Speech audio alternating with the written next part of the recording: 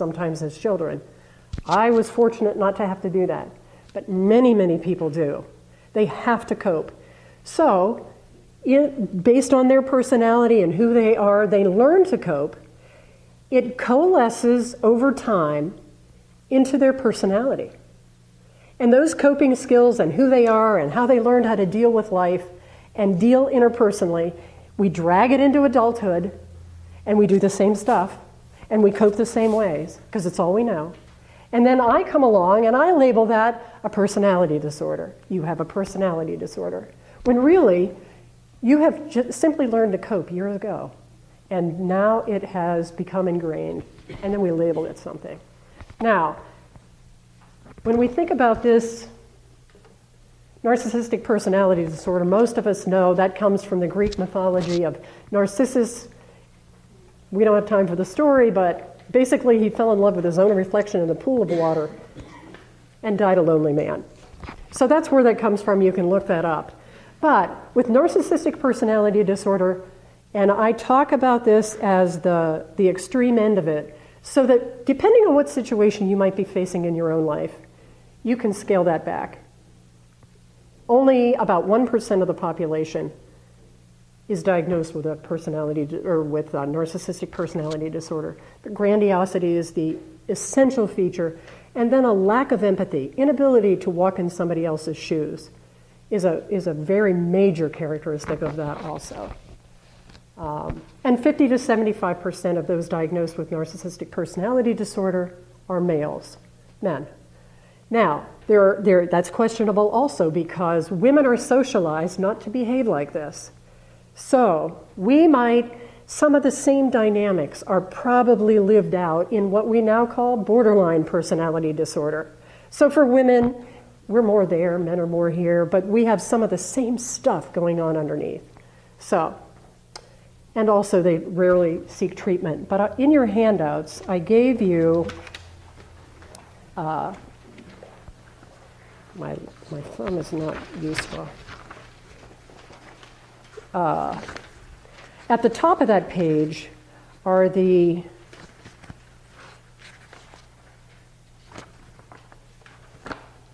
I don't want to forget the notes and just talk. At the top of that page are the diagnostic criteria from the diagnostic manual. This is out of 4, not the 5, but it's pretty much stayed the same.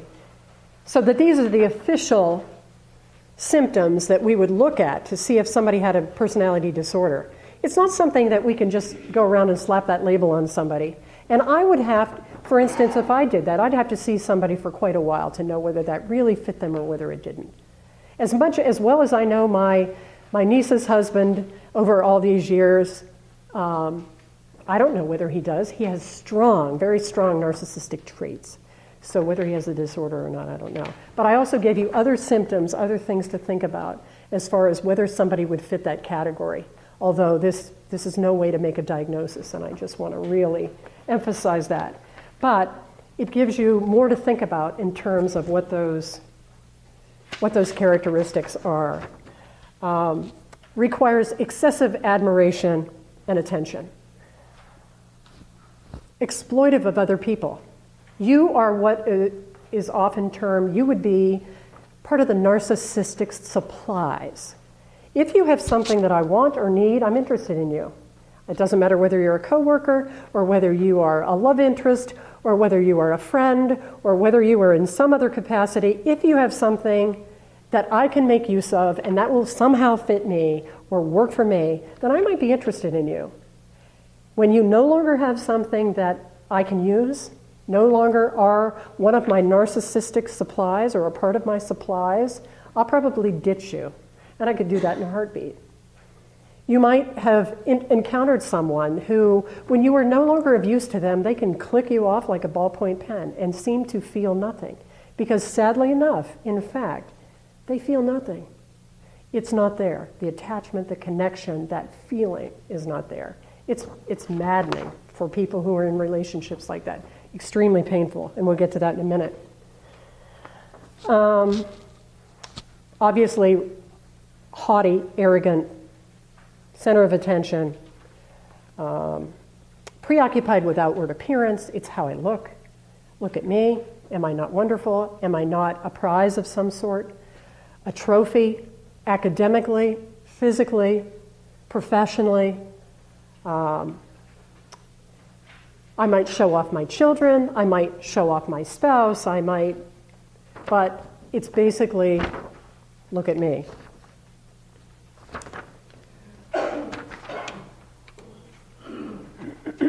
There are two major theories where we talk about what are some of the contributing factors. And these are, I'm only going to touch on two because there are many other things that contribute to someone developing this. Parenting style and feelings of inferiority. And when we talk about parenting style, the first parenting style that can contribute to it, obviously, is the overindulgent and pampering parent. You know, these are the people, the coach fathers and the stage mothers, where the child is the center of attention. They are on stage, they are paraded. Many times the parents live through their children, or they expect academic success. They want them to be super achievers, but they are taught from day one that they are the center of the universe. And we think that's going to change.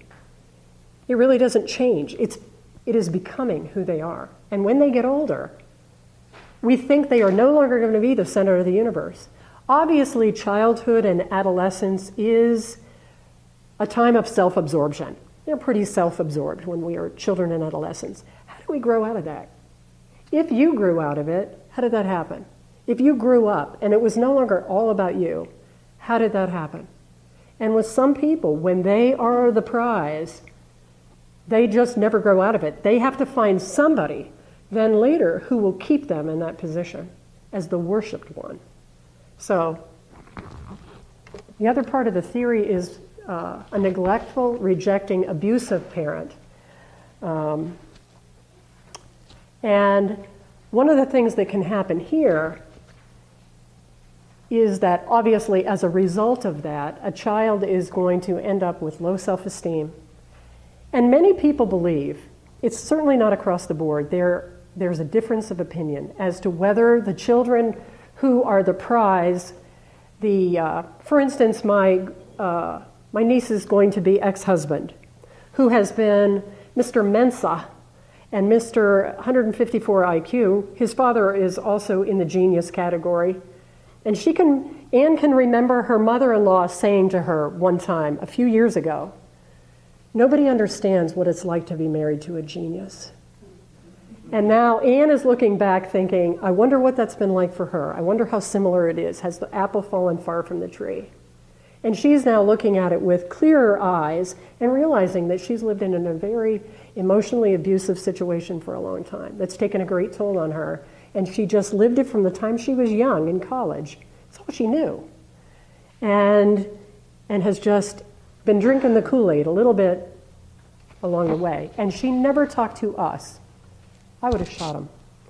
She never talked to me about it, or I would have been yakking in her ear a long time ago. But she kept all those things to herself. And don't we tend to do that? We live with it. You might be ashamed of it. You might feel bad about it. You start to feel bad about yourself. We don't talk about those things. So the other parenting style is when children truly grow up and they have poor self-esteem, and they many times try to compensate for it by overachieving. And that ties into the other major theory of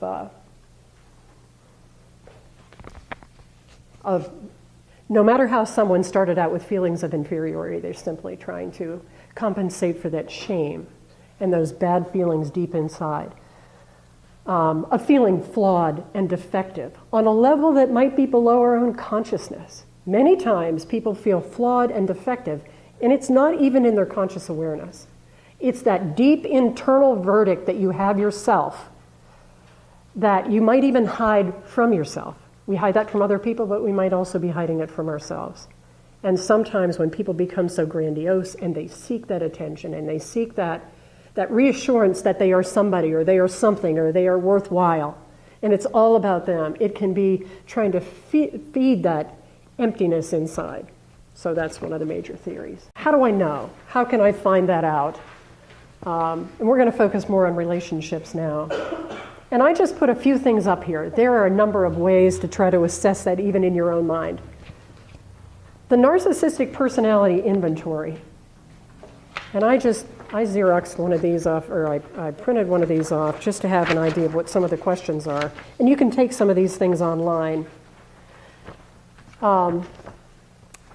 This was developed not to diagnose narcissistic personality disorder, but for research purposes. And it's 40 pairs of questions. And for each pair, you should select the one that best reflects your personality. And what they have figured when they do, I'm trying to think what the average score was. It's in my notes. I'm not going to try to find it. But if you have 29.9 out of 40, then you score higher on this assessment device than 95% of the population. So if you score 30 in the narcissistic zone, then you're getting high up there as far as how much narcissism is evident in your life. And there are just things like, one choice might be, being an authority doesn't mean that much to me. The other choice is, people always seem to recognize my authority. One is, I would prefer to be a leader. The other is, it makes little difference to me whether I'm a leader or not. One choice is, I'm going to be a great person. I hope I'm going to be successful. So you see little nuances there. Now, you have to pick one or the other. You have to pick one or the other. Whichever one on that scale seems to fit you the most. And it's self-scoring, but yeah. Can you get a copy of that test, or is it online? It's online. Narcissistic Personality Inventory, it's online, yeah. Isn't it possible, because narcissists are quite intelligent, Many, many times. and if they know they're taking a test on are you a narcissist, they'll know how to answer the questions so they'll come up with their That's possible. That's possible. But interestingly enough, let me add this. What they found out was that you can take one question. If you have a group of people, you can take one question and you can ask a narcissist to rate themselves on a scale of 1 to 7. I am a narcissist. To what degree, on 1 to 7, do you think you're a narcissist? And reliably, they will tell you, I am a narcissist. And it can, now nothing is across the board, nothing. These are just rough ideas. But what they found interesting, and they've done several studies with this, like 2,200 people, that you can actually replace that whole 40-item inventory with one question and get just about as reliable a result. If you just ask one question, are you a narcissist? 1 to 7. Mike, Ann's husband Mike, that I've been talking about, looked at her on his way out the door and basically said, I know I'm an asshole, but everyone loves me for that. He was not kidding. The sad thing is he was not kidding. He's aware of it, but everyone loves me for it. I'm thinking, if I worked with him and I was underneath him, I don't think so. If I'm married to him, I don't think so. I know his children, I don't think so. But interestingly enough, and I don't have this up here anywhere, so this is just an aside, what they do many times is recruit what's been lovingly called flying monkeys. So that if you are the only person that I'm talking to about me and I'm the narcissist, I can sell you any bill of goods that I want to. How many times have you known somebody, let's say somebody who is, because often they can be very high achievers. Mike works for Price Waterhouse. He is a genius. He's a computer genius. He's climbing the ranks. He's making the money. He loves it. He loves to travel across the world, blah, blah, blah, blah. He found a life that just isn't quite as boring as marriage and family. But if you talk to him and you had nobody else as a reality check, he could convince you that can be quite charming. He can convince you that he's one of the nicest people in the world. You would love him. How many times do we know people that are high up in the community? Over the years, their husbands or wives, more often wives, will come in and say, everybody loves my husband. They think he's great. They don't live with him. Yeah, they don't live with them. And they can recruit any number of flying monkeys who will think that they're wonderful and and believe what they have to say. So it can be very challenging for the people who are living with them because John Q. Public doesn't see what you might be living and the toll that it might be taking on your life. But interestingly enough, they're so proud of it, they will typically tell you. If you ask a group, if you're a narcissistic, please stand up. There are many that will. So thank you for bringing that up, because if you want to lie on something, you can. If I don't want you to know that I'm narcissistic, yes, it's pretty evident. On those questions, yes. In my experience, other people wouldn't see this person the way I know this person to be. Right. Which is very frustrating. Very. Oh. There's a wonderful effort you don't really know. Exactly. And I think what's hard for my niece Anne is that because Mike's IQ is so high, and he is a genius, he chooses every word perfectly. He's one of the best manipulators I've ever seen and extremely effective at it. And what she was saying is, now this is funny, she said, how am I going to find an attorney or a judge who isn't so narcissistic themselves that they're not going to go after him? Well,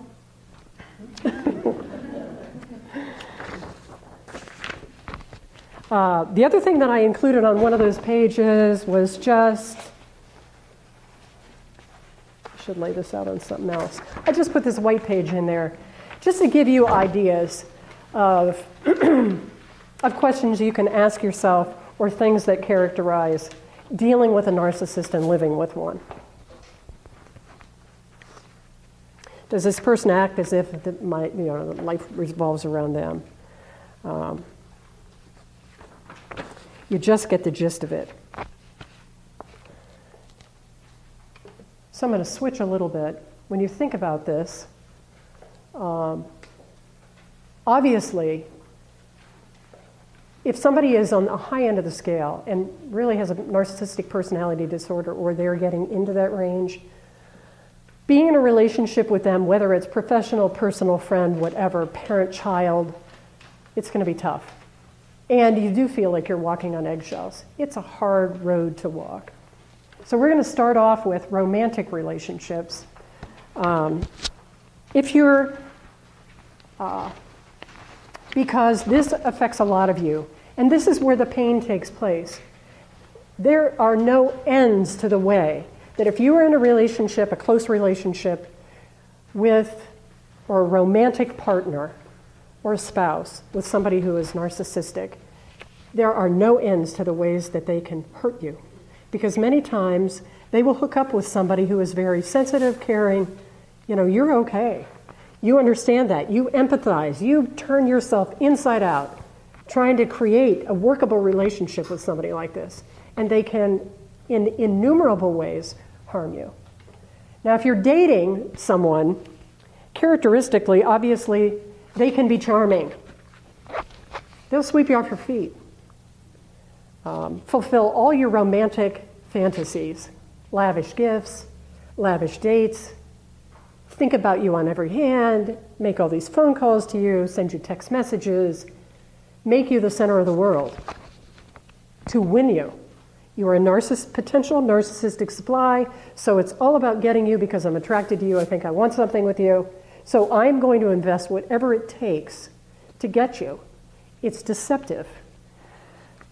They tend to dominate the conversation. They can do one of two things, either talk a lot or not talk.